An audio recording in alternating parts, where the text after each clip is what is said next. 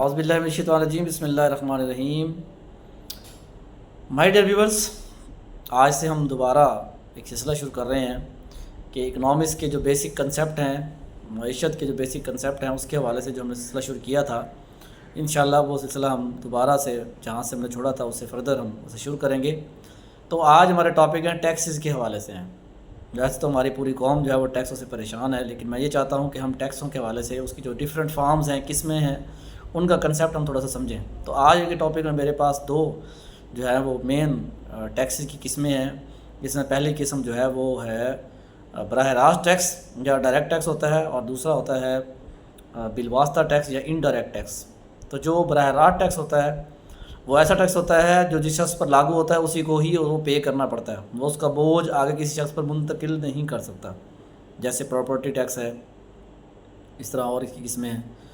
اور جو indirect tax یا بالواسطہ ٹیکس ہوتا ہے، یہ ایسا ٹیکس ہوتا ہے جو لگتا تو کسی فرم پر ہے، کسی ادارے پر ہے کہ جو پروڈکٹ بنائی جا رہی ہوتی ہیں اس پر لگتا ہے، لیکن وہ فرم کا مالک اس ٹیکس کو پے کرنے کے بعد اس کی جو پیمنٹ ہوتی ہے ٹیکس کی، وہ ایکولی اس چیز پر جو بناتا ہے اس پروڈکٹ پر وہ ڈیوائیڈ کر دیتا ہے، اور پھر وہ اپنے کسٹمر سے الٹیمیٹلی وہ وصول کر لیتا ہے۔ تو ایسے ٹیکس کو ہم انڈائریکٹ ٹیکس کہتے ہیں یا سیلز ٹیکس کہتے ہیں۔ ہم جو بھی پروڈکٹ خریدتے ہیں مارکیٹ سے، صابن، شیمپو اور بہت ساری جو چیزیں ہیں ان کے اوپر سیلز ٹیکس لکھا ہوتا ہے۔ تو یہ سیلز ٹیکس اوریجنلی جو لگتا ہے یہ فرم پر لگتا ہے، لیکن فرم جو ہے اس کو شے کی قیمت میں شامل کر کے میرے اور آپ سے یعنی صارفین سے جو ہے وہ وصول کر لیتی ہے۔ Thank you.